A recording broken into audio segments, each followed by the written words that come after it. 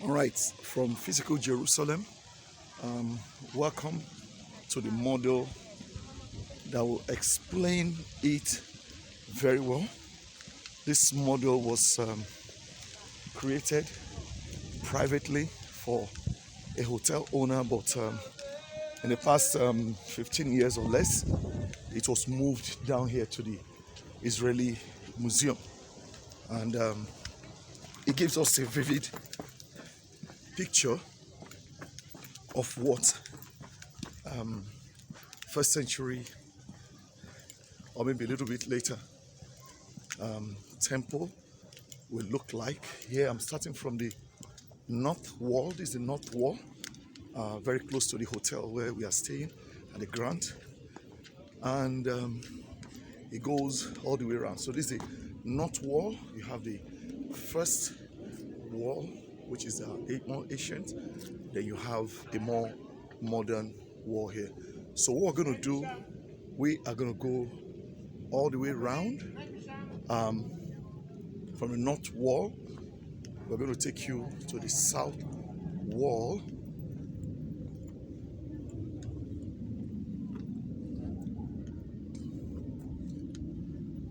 This is the beginning of the south wall, and some of these communities were added much later, and this is one of the fortress here, a security post, and this is some of the pillars, and of course where the defense quarters will be. And now we are going to the west wall. Here is the west wall, and we're seeing the barracks far there,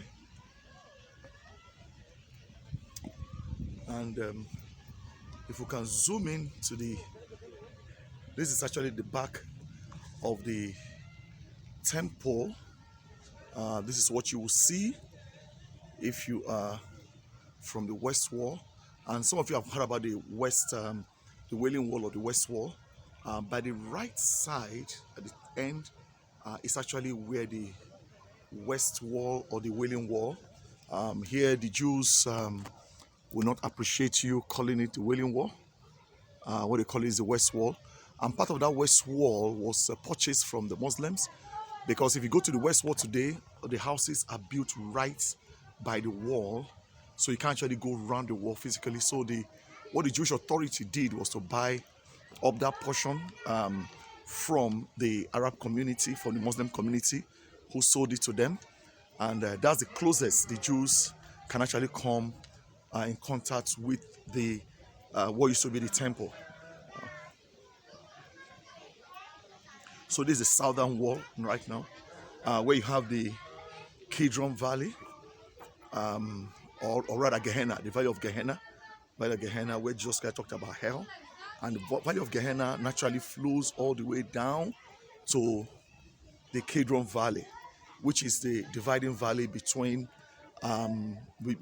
Mount of Olives and the Temple Mount. And here is hopefully, possibly, City of David.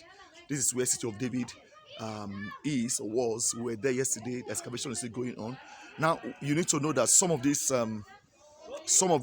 module is not 100% accurate archaeologically, because more and more sites are being discovered, which obviously is going to change a little bit of what you have here. And as we are told, as more of these sites are discovered, they are obviously going to be making some alteration here.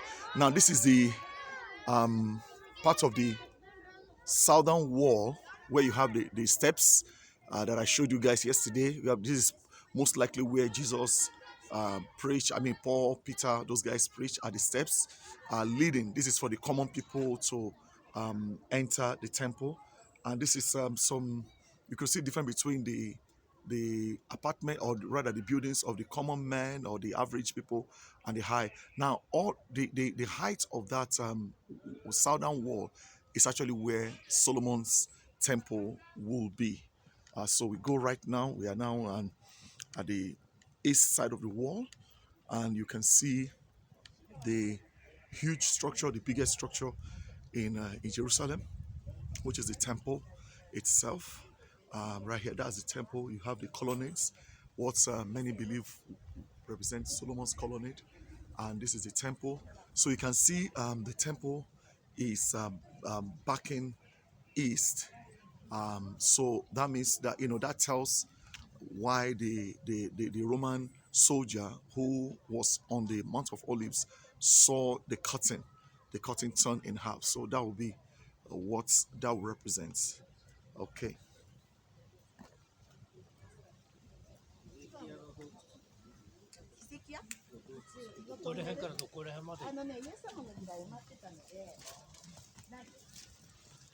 So there are a little more tourists here. So this would be the pool. Remember the pool where Jesus Christ healed the man. There were two miracles Jesus Christ performed in Jerusalem. One was the pool of Siloam, and this is the pool of Bethesda. So that's where it will be. And here you find some extension of the original temple wall, which is ahead. Then this one is a more modern addition to expand, the temple. So that's a 360 degrees show of the temple mounts, and of course Golgotha will be where there are rubbles. I don't know if you can see there are rubbles. That is the place.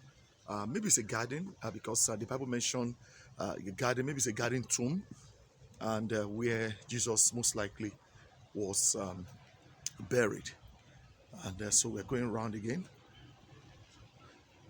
So we are at the north side once more, just for you to appreciate the expanse. So you can imagine what the first century person, when he steps into a place like this, what will come to mind? The majesty, the sheer majesty, and the organization and the structure will be something to behold. And that is Jerusalem.